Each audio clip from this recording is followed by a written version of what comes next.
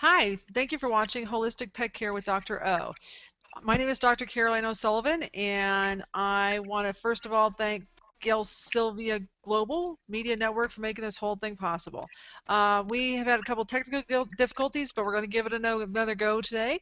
And we are doing Dr. O and Chato. Now, Chato is a service dog, so his message to all of us is not all service dogs need to be big dogs. We're going to learn about that firsthand today with his owner.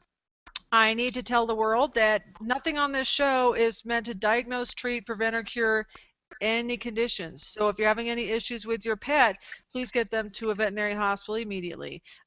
So turn off your computer and go take care of your pets first, because we'll be here on YouTube. We also will be on blogtalkradio.com/Sylvia Global, where all of these episodes will be archived. So you can see them, talk to us about them on our Facebook page, Holistic Pet Care with Dr. O, and also Twitter, which is going to be Dr. ODVM. So get ready, and I hope everyone's having a wonderful day and has hugged and kissed your pets recently.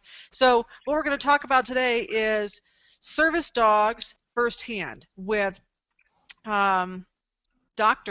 Dayana LeClaire, and she is going to tell us all about her relationship with Chato, her dog, and we're going to try to express the importance, the relationship, the empowerment, and the advocacy that goes into having a relationship with this kind of dog, and what benefits they give you, and also making sure that we well define and well defend the title of service dog. So we have a lot of work to do this morning, or I guess it's afternoon now, isn't it, hon? So I want to welcome you and Chato to the show, and thank you for your time and your patience. Oh, thank you very much, Dr. O. It's a pleasure to be here. Oh, there's Chato live, and very much, he looks huge. He just looks huge. I got to be honest with you right now. How much does Chato weigh again? 16 pounds or something? A little over 16 pounds. He's about as big as a Cocker Spaniel, I guess. Well, he looks like a very big dog right in the screen today. So he's there he is. Look at you, big guy. He wants to be the star of the show, which he is. Oh, that's fantastic. As soon as you came on, it's just all dog. That's great. That is just great.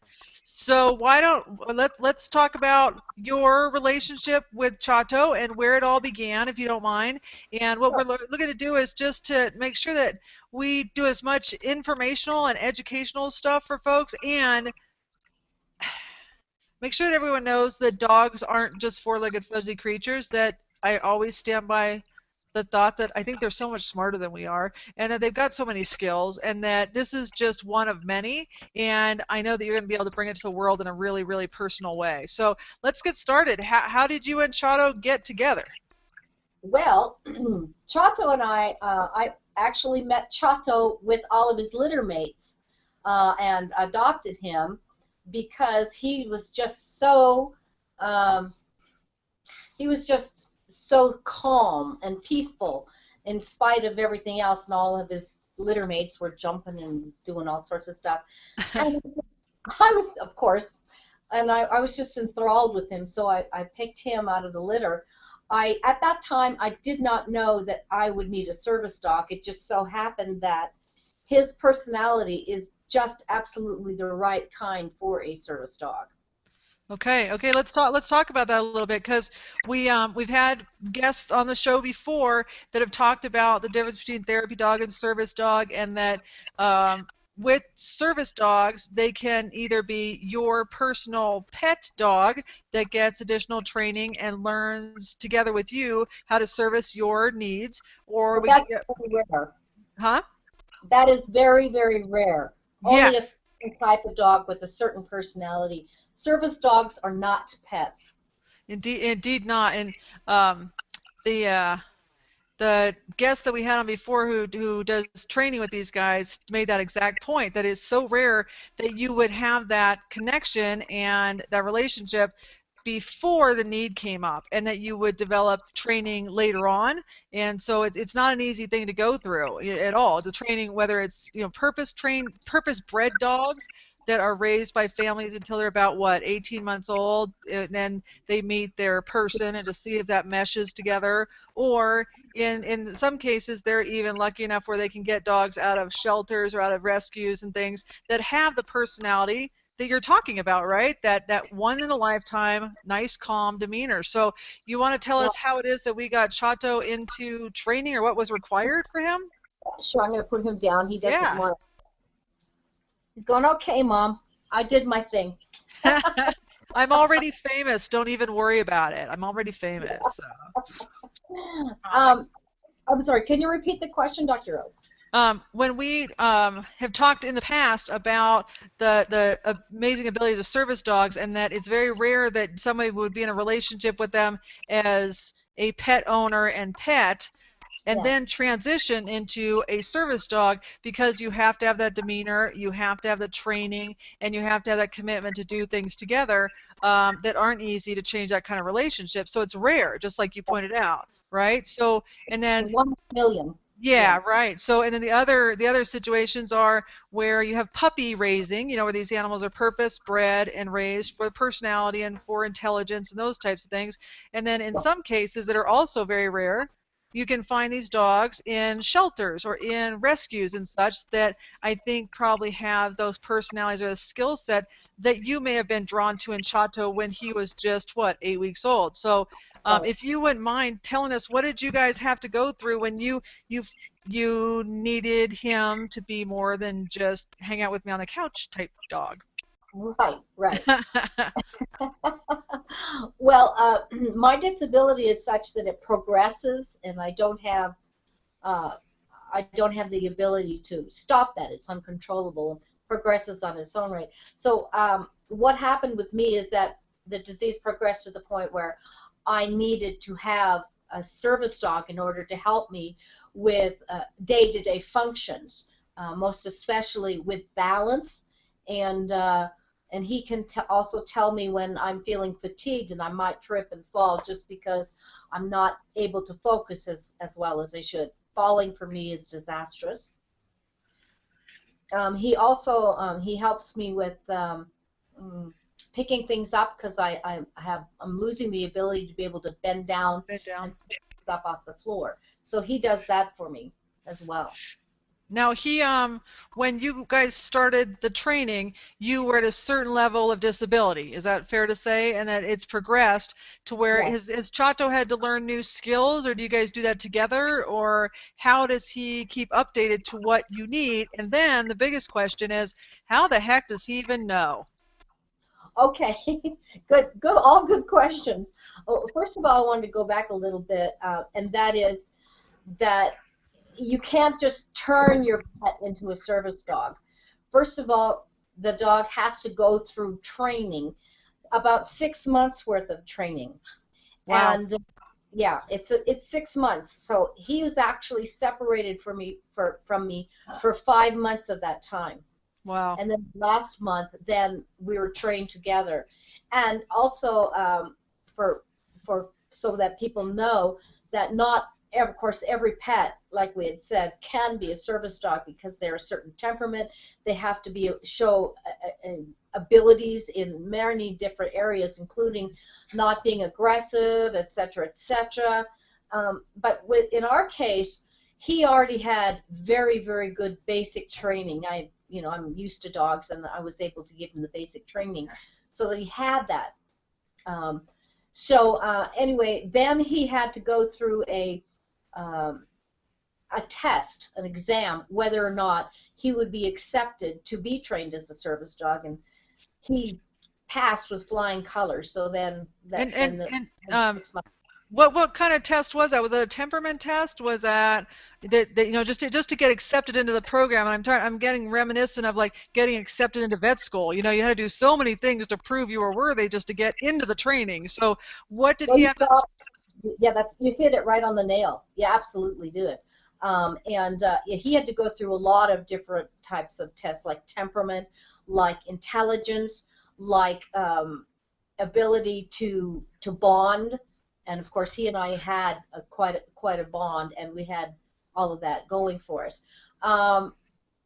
So he was just a perfect candidate. Good, good, good, good. And then where now were you able to find this training locally, or you were in a different area? Or if there are folks that might feel like this is something that they might want to look into, do you know how to lead somebody down this path? Where do they start to pick up the phone or look in there's no phone books anymore, I guess, but online or something, or talk to a friend or a vet or a trainer? How did you get down this road that worked out so well for you in Chato? Well, in my line of work, of course, I have lots of different connections being a medical professional, and so that's how I was able to get into it. But there are different ways you can Google it, and then you want to talk with them and see the kind of reputation that they have. You have Right. to do research. You absolutely have to do your research. And I was very fortunate to get involved with a program in California that at that time was offering this service to people who were already disabled. It's very expensive to have a service dog. Now, now, being in a veterinary relationship with you and Chato, I know that piece of it to some degree. But what do you mean the expense of training or travel or staying somewhere or feed or meds or what is it? What or is it licensing or insurance or everything? No, it's actually the training, and adopting a service dog is very, very expensive Okay. um, for the most part, unless you are able to find someone to do this for you. Um, it's just, unfortunately, it's not as regulated as it should be. It needs, Meaning what? Meaning what, hon? uh, meaning that it's still difficult for people who have disabilities to be connected unless it's a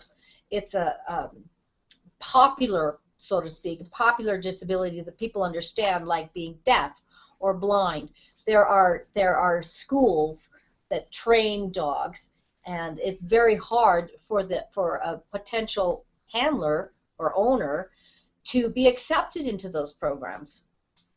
Right, right, right. Now, when you're exactly right. When you think about classic cases like hearing, hearing dogs, vision dogs, and then through popular media and some other outlets, we know about seizure dogs, we know about diabetes dogs, and we know about um, for me, just more recently, the service dogs that are going with our post-traumatic stress disorder cases and such. And Yeah. I really I'm kind of allergic to labeling, so that's very hard for me to say. But folks that need these dogs in their lives to help mitigate stress, anxiety, post-traumatic issues that I'll never understand, and I have a lot of respect for that. But that Yes. must be hard to, maybe not prove or maybe get an ADA definition or all of the things that go along with that. But, there's just no harm in it, is there? Or is it just the rarity of training or the difficulty of training or the expense, or is it covered by insurance? Or what are the biggest stumbling blocks for somebody that might be watching this show that really thinks that this will help their family member or themselves? What do you think? Well, you're right. It's very seldom covered by insurance. Uh, so it is difficult. Uh, and so a lot of people take a lot of shortcuts. Excuse me. um, but that's not a judgment call. But the thing of it is that a person needs to bear in mind is that there must be an actual physical or emotional disability going on. And even for the emotional disabilities, if it's not a permanent disability, then I have known service dogs who have been abandoned because their owners no longer needed them, things like that. But I'm not talking about vets. I'm not talking about the soldiers. That's not what I'm talking about. Um, but anyway, I don't know where we went to with this. I was just, Don't I want to was go just anywhere. weird. Um, I guess we lost her. We're gonna have to read. Oh, there you are. Good. I thought we were gonna have to redo the whole thing again and again and again, right? No, my question to you is, if somebody is interested in this for themselves, in looking and for service dog, is the internet the place to be, or is it your doctor? Is it your what? Where do we go? I, Shelters, I would say, veterinarians? yeah, I would say use your veterinarians, use your doctors first, Yeah. and if you don't have any luck there, then I would ask uh, a circle of friends if you know of anyone who trains service dogs, these kinds of things. But make sure that it is a reputable service dog trainer, because a lot of people are getting on the bandwagon, charging people a lot of money, and they're really it's not regulated, is what I'm saying at this Right. point. So So can you walk us through a day, one of you and Chato together all the time, and that tell me how your day goes and how he intervenes or warns you? Is it just a touch? Is it a step in front? Is it a yip? Is it a what? How do you guys work together? I know it's subtle because I've seen some things that I didn't even recognize. But what is your life together like on a 24-hour basis? well, with Chato, I don't need to use a cane or a walker or things like that. And actually, he helps me to keep from being more disabled quick. He keeps me from being disabled more quickly anyway. And how that works, Dr. O, is that um, we're tethered together, leash owner. We're tethered together, and what he does, he is able to pick up when I'm feeling weak or feeling fatigued, or he has an uncanny sense of when I might start to stumble and fall. Okay. When he gets that feeling, then he actually takes the lead. Usually the master takes the lead, but in those cases he does, and that warns me that, uh-oh, I better pay attention. He helps me to walk upstairs, because without him I could not walk upstairs, period. And that's very interesting to see how we do that together. And do you literally mean that he just steps in front of you? He really just steps in front of you, and that's kind of your wake up call that, oh, okay, I'm throwing off these vibes. I have this, my energy is depleting those. So you then pay more special attention to the movements or your assistance, or it just helps you recognize your physicality, or how's that work? In part that's true, but also he senses when I'm so fatigued that he actually, with his small body, he can actually guide me along. That helps bring momentum to my. Oh, So actually he's out in front, but he also he pushes me from behind, not literally but figuratively. yeah, He, yeah. he's kind of an extra engine, so to speak.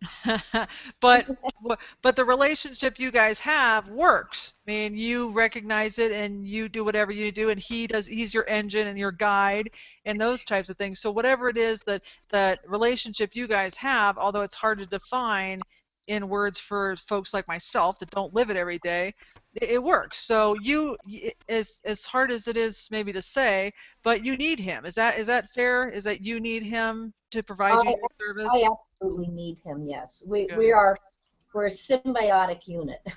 Well, that's the way I think people need to think about it, right? I mean, because I was been told it's a handler focused service of the dog to the handler to mitigate a medical or emotional, some one of their disabilities, and that the Mhm. human needs the dog. Yeah. So there you have it. So that changes things. Now you relayed a couple of very interesting, somewhat funny yet really really sad, on many levels, stories to us on a previous recording. Would you mind going through those again? Because I think they're really powerful for people to recognize that this stuff goes on every day, and that when people aren't thinking on the same level or recognizing the pure power of this thing, this relationship that you have, um, I, I think it's kind of disrespectful. That's just coming from me. Okay, that's one person's opinion, but you live it. So would you be okay relating those two stories again to us? Yeah, I would be glad to, but I do want to preface it by saying that most people have good, kind hearts, Mm-hmm. and they're curious. I mean, people are curious. They know about dogs for the blind. They know about dogs for the deaf, but to see something else going on with people with other disabilities or disabilities that they can't readily see with their own eyes, then it's puzzling to them, and curious. And so I wanted to relate that. Also, That's very kind of you, by the way. That's very kind of you to preface it like that because I think that we can fall into such a negative space sometimes when we get sucked into those things, especially when it's our friends or for me, it's my profession, and that I have a extremely high regard for dogs, of course, and then they're people. So it's just it kind of gets me irritated. So it's very nice to hear you say that, to be real positive about it and give credit where credit's due. So I appreciate that. That's awesome. oh, absolutely. And of course, there have been, I need to talk about this, that there have been a lot of abuses from people who do not understand what a service dog human relationship is, and how they have there is a need for that, in order to be out in the world. Otherwise, I would not be out in the world. Now, oh my gosh, that's a Yeah, profound statement.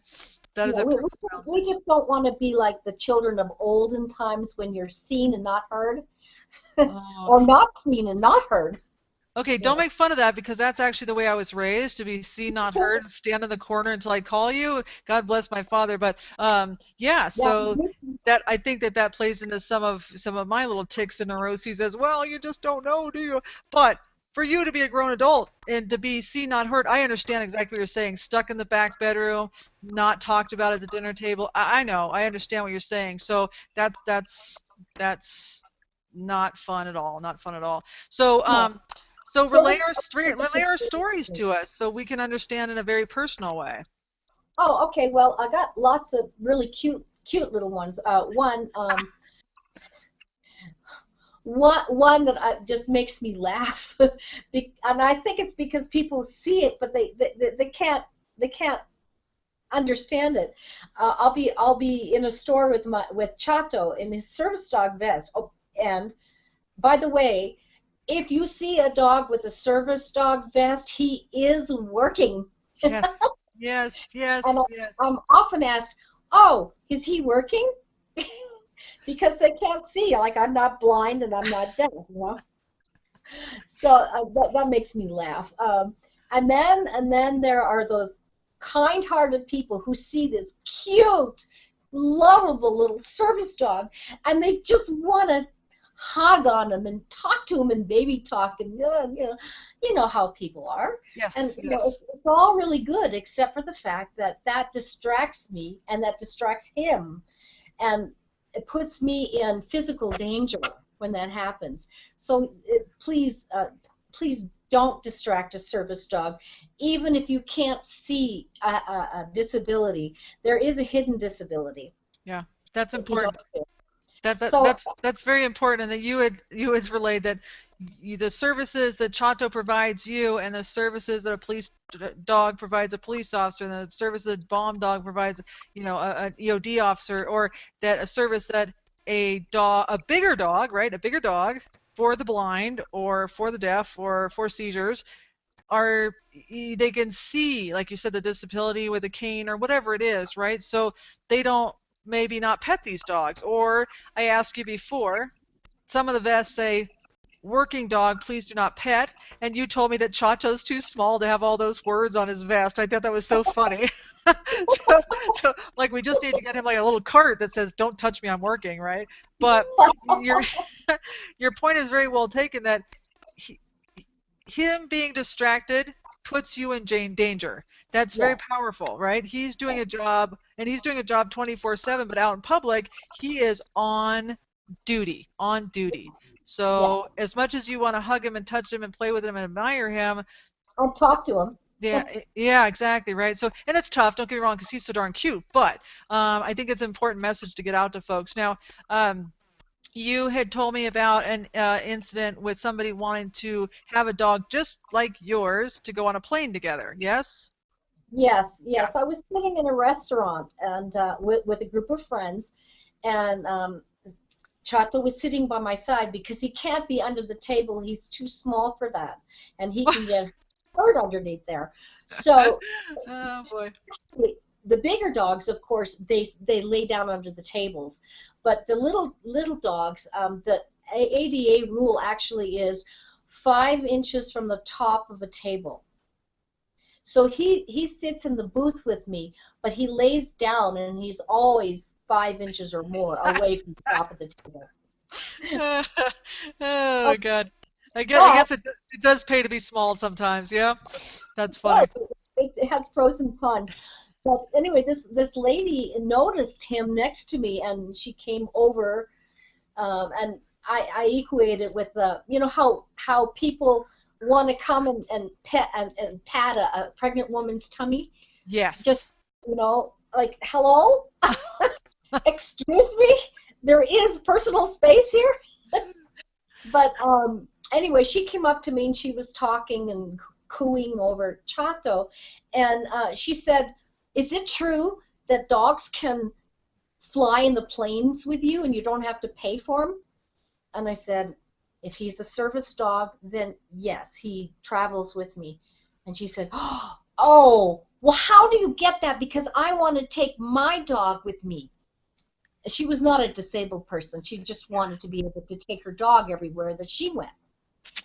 And I looked at her and I was so shocked. I couldn't believe it. I and then she left. And I thought to myself, oh, you know how you always think up really cool things to say after the moment. It's not too late. Well, Mine and are next, mine are always way too late. Yeah, I don't have that ease of, being those quick-witted answers. Yeah, yeah, no. So I totally understand. Go ahead, my dear. Goodness. but a few days later, like I even wanted to go and grab her and talk to her about this, but I didn't. A few days later, I was given another opportunity. She was on the street where I was, and we were passing each other, and she was in a group of friends, and she looked at him and she goes, the same thing that she said to me in the restaurant in front of all of these people. And I looked at her and I said, "Ma'am, if you're willing to trade my disability for you, you can have my dog. I'm absolutely, I'm absolutely willing to trade my disability so that you can have a service dog." And and And she still didn't get it, but her friends around her, they all did. And that was all that really needed to be said at that time. But was it like the cone of silence after her friends realized what you were saying? It's like, you know what? You need to stop talking. You don't understand this. right, right. It was the cone of silence, you know. The cone of silence, this cone of shame. I know it's like our e-collars on our dogs. I love it. Um, Yeah, Gosh, and then you also told me, or told everybody, I guess, at one point, if you don't mind, can you relay the shopping story again? Because I think that posed a real threat to your health and your safety it because did. of one person's being in a hurry. So would you mind telling us about that again? Because that was important. Yes, yes. I was in a store shopping in a natural health food store, and there was a lot of people in this store. And I was in the carts, and of course, Chaco was on a leash next to me. And what I had done is I had put him between me and the uh, the food. Like aisles, the food aisle? Yeah, yeah. Because there were so many people that, he's small enough, he can get stepped on and hurt and these kinds of things. So I was trying to keep him safe because the one thing is that we have to keep our service dogs safe, keep them healthy, keep them exercise, keep them happy, do Yep. all these things. So my service dog comes first. So here I was. He was between the aisle and between the whatever that is called, and my cart. And there were people on the other side of me. It was just a jam-packed aisle. So this man came up from behind me, and he looked and he saw, and he decided instead of backing up and going around or waiting until there was space to move, he went and stepped over Chato to get by. Yeah. And that is very, very dangerous. I mean, Chato could have, because it startled him, but he's a service dog and well trained, so he didn't react. But he could have, and he could have done something that made the man trip, which meant that, or he could have gotten run over, Right. sorts of things, and Chato would have been hurt, and the man most probably also. And so I stopped and I said, "Sir, please don't walk over my service dog." And he turned around and he started giving me a bunch of grief and all sorts of things. And I said to him, "Sir, if that had been a police dog, would you have stepped over him?" And he Yes. looked at me and he said, "Police dogs are taller." Yeah. Yeah. That's And a, I that's thought, a, oh, that, oh my God, well, okay, no reasoning here. And then he walked away, hurling personal insults at me. oh. Oh. Yeah, like oh my God, I don't think Awesome. I've been in that kind of a situation since a sixth grade recess break.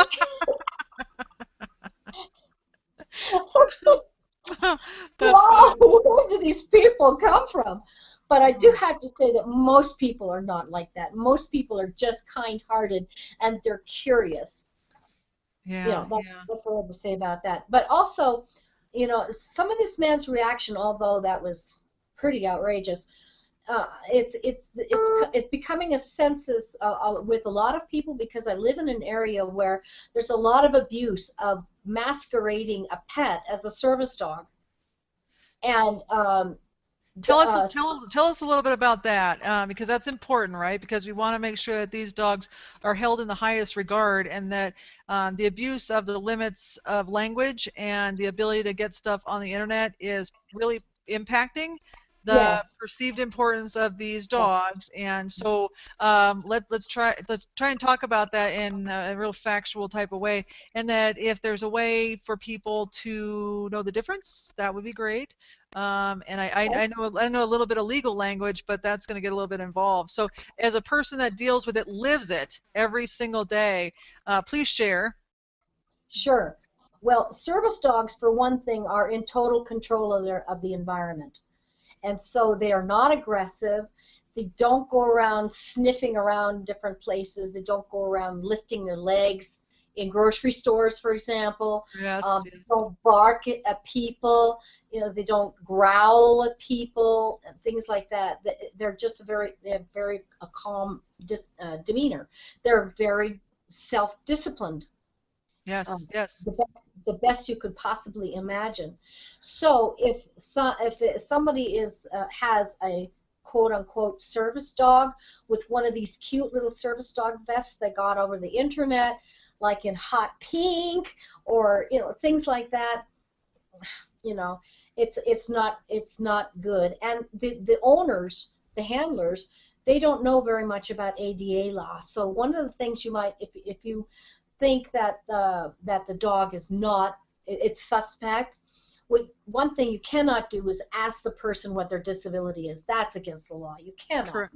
That's that's You know, That's correct. that's That's really important people know that, because that can cause all kinds of ruckus, right? All kinds of ruckus. And it doesn't matter if it's a dog issue or not a dog issue. You cannot ask a person what their disability is directly. No.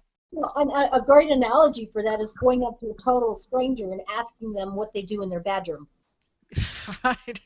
I actually, that actually had What never even happened to crossed my mind.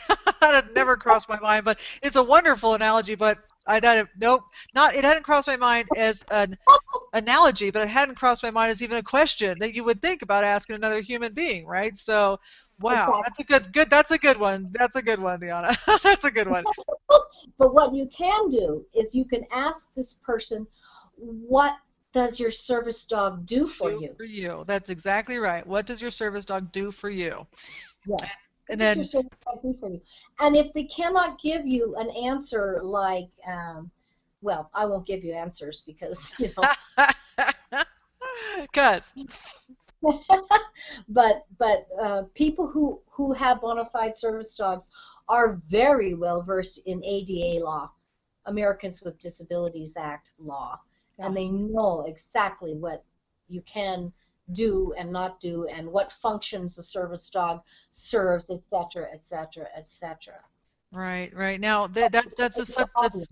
yeah, it's such an important point because when people start to talk about the difference, even the difference between therapy dog versus service dog, and the confusion about that, and then when you get to service dog, about what can I and what can't I ask, and what kind of paperwork can I get into an apartment, or whatever the heck people do, you know. And like you Right. said, I honestly believe people do the best they can, and that most people are extremely kind-hearted. I don't doubt that whatsoever. But I Yeah. also, when things get shades of gray start to demean the importance of these dogs, that's when I get a little bit irritated. So and so I appreciate you being here and clearing it up from, rather than me, who doesn't live it. We just talk about it, right? So those who can do, those who can't talk.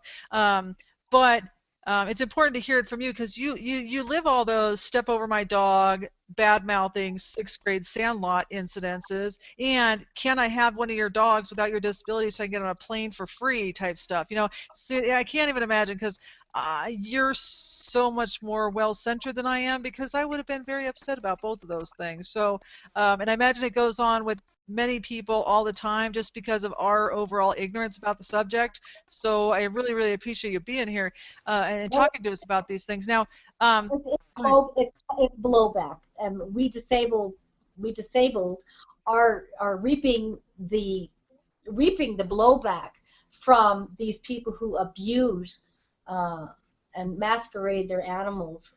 We're the ones who suffer from it. Yeah, yeah. So what good comes from that? Honestly, what good comes from that? So, gosh, I appreciate you sharing that with us because blowback, that's kind of an ugly word in and of itself. Yes. So on a more personal level, um, can can you tell everybody that in this visual and then on all the audio that's going to be on Sylvia Global Media Network very, very soon, what does Chato mean to you? I mean, we could, whether it's business, whether it's getting up in the morning, personally, lifetime, relationship, like what does he mean to you? I know, get a Chato, Kleenex. thank you. Oh my goodness. Well, Chato and I have been together for several years now, and uh, we have a relationship that goes beyond defining uh, with words. Actually, it's so deep. It goes beyond words. When he finally has to pass from this earth, I'm going to be absolutely devastated. Um, However, I know that I will never forget him, for sure. Well, he's not, I don't think he's planning on going anywhere anytime soon, so you don't have Oh, to worry about especially with that. you, Goodness gracious. especially with you for a vet. But the thing of it is especially with you, thank you, God, for Dr. O. Stop it. This is not a self-aggrandizing session. This is a your dog isn't going anywhere session. So, um, Well, I take your word for that. but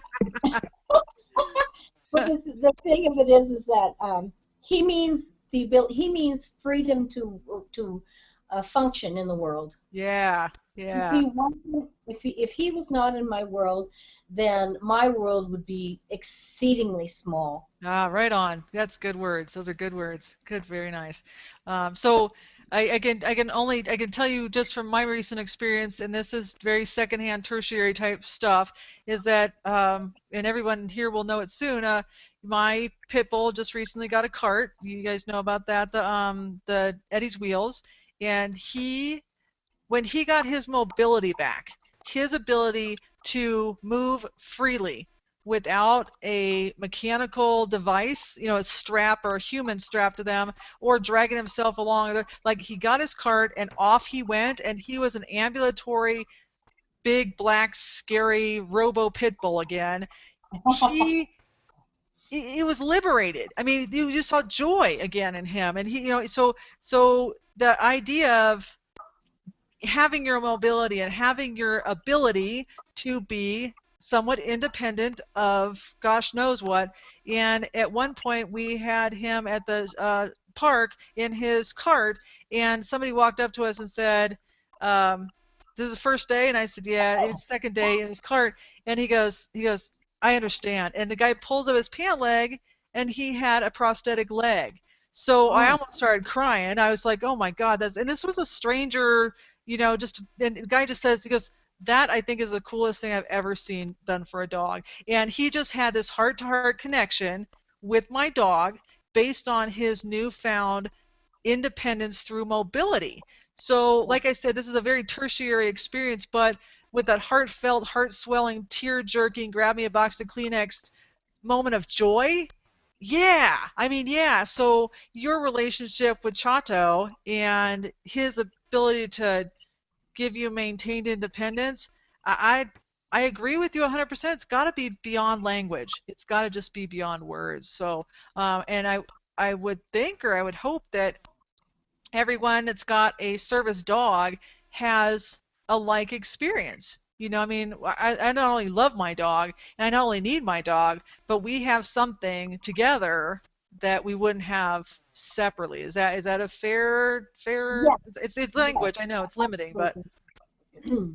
We're more what is the expression? We're more than the sum of our parts. amen, amen. That's exactly right. So, upon closing here, our last couple minutes, do you have something that you would like to tell folks, whether it's folks that might need a Chato in their life, somebody that might, be struggling with the face-to-face human ignorance that you've dealt with, anything that you want to tell people to encourage them, empower them, enlighten them, advocate, all the things that this show is about.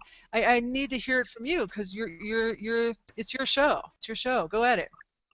Well, it's actually Chato's show. I'm sorry. Where is he? He made his one appearance and then he stopped. Come here, Chato. Come here, baby. He's coming. uh, Up. oh. Hey, There. buddy. Oh my gosh, what cool. I love your haircut with the little flat ears. That's awesome. Awesome. Isn't that cute? Yep. Yeah, So, the groomers do a good job on him. Yeah, but in order to have a service dog, it's a big, big commitment, and if you're not able to do that, then a service dog may not be the right option for you. But I'm sorry, ask me the what culminating question again. tell tell the world what it is that they may need to know that you go through every day. So if they're struggling with the human ignorance that you ran into, or the what kind of commitment is it to our dog? I mean, I know because I have a disabled dog, but it's the other way around, right? What is your commitment to your dog besides a lifetime marriage of commitment? What That would is. you tell people before they go down this road? Or how would you help them if they're having troubles? Oh, Okay. licky. Well, first of all, I would say to able-bodied people that please resist the temptation to talk to the dog. Okay. Um, I mean, you can smile, and sometimes I might, if there's children involved, young children, then most of the times I will allow the children to pet. Yeah, But yeah. normally that's not a good thing, and I would never, never do that if I was standing. I would have to be sitting so Right, that okay. I wouldn't fall, Right. in my. Uh, but yeah, don't distract the dog in any way, shape, or form, please. Um, and if you can acknowledge by a thumbs up or a smile, that kind of a thing. Right. Uh, that's always so encouraging and really brightens our day, so to Ah, speak. that's Um, wonderful. and also for those who are thinking that they might need a service dog, Uh-huh. um, there are avenues available for you. Please talk to your vet, talk to your doctor, and if your doctor doesn't know, then encourage your doctor to find out by you doing the homework. Yeah, good for you. Good for you. Because we all need to know how to do this, right? We all need to know how to get it done. And then one of the last things that was what is powerful for me is to find out that in some cases, by just seeking out a service dog, you may well be giving that dog its life purpose. It may well be giving that dog a lifetime outside of a shelter or doing its work without being frustrated. I mean, so as much as we're talking about what dog is giving to human, it works the other way around as well because Yeah. these dogs, these guys have the underlying drive to take care of humans and provide a service. Well, So yes.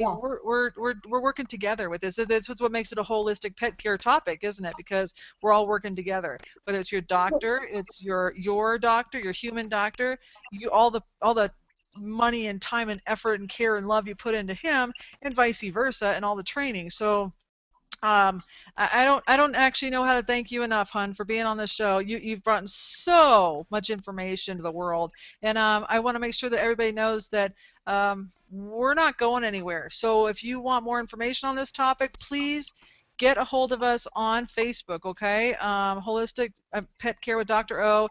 You can Twitter us if your question is less than a certain amount of characters, I guess, at Dr. O DVM. Also, Sylvia Global has got their own website, and you can ask them some questions, and they'll get it back to me. But for the moment, I'm going to bid you adieu, both you and Sweet Chato. And Oh, I have one more thing to say really oh my quickly. gosh, go ahead. And that is that people who cannot afford them, but they have dogs with the temperament that it would work, I do have training videos and training books that they can read and use. It's a good 6-month commitment to train a service dog, but if you can do it, then I will give that information to you, Dr. O. Okay. So, do you want to give out your information, or you want to just send it, bank it over to me, and then people can go through me? Would that be fine? Yeah, I Whatever think you want. that would be better because that way we can disseminate the information that's better. I totally understand. Well, you guys go and stay really cool, okay? And thank you so much for being here. I really appreciate it. It was You're wonderful. welcome. Bye, Chato. Bye. He's Bye. ignoring me. He goes, bye. All right. Well, and thank you once again for watching Holistic Pet Care with Dr. O. I really appreciate your time, and I hope this information is enlightening for you and empowering. And go out and be an advocate, a well-educated advocate for your non-human friends, and keep watching. And once again, thank you to Sylvia Global Media Network, and please feel free in a different medium to go to blogtalkradio.com/Sylvia Global, and all of our shows here will be listed. I think at this point, the audio shows, we're up to 40 or 50 of them. So there's lots of topics we haven't gone over face to face, but we have it on voice to voice. So stay involved, and once again, like us on Facebook, follow us on Twitter, listen to us on Sylvia Global Media Network, and keep an eye out for many, many, many more of these lovely 1-hour Google Plus Hangouts. Thank you so much, and have a wonderful day. Dr. O out.